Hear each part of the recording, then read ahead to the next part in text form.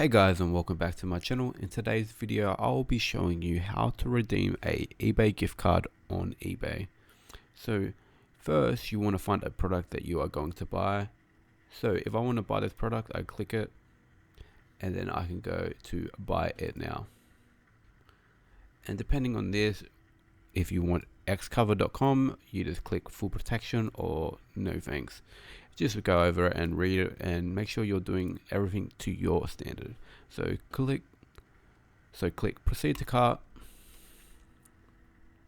and there we have it. It is added to our cart, and it is free day postage. Now I just want to click go to checkout, and I'm going to continue as guest, but if you have an account you can log in. It's the same way. You just click on continue, and once you are here, it will say how many quantity.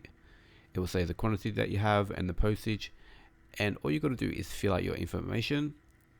And once you have filled out your information, you click done, and then you can click on what you want to pay it with. So if you want to use Afterpay or PayPal or use a card, that's what you do. You plug that in, and then it will say down here add vouchers or coupons, and all you got to do is click that and type in the coupon.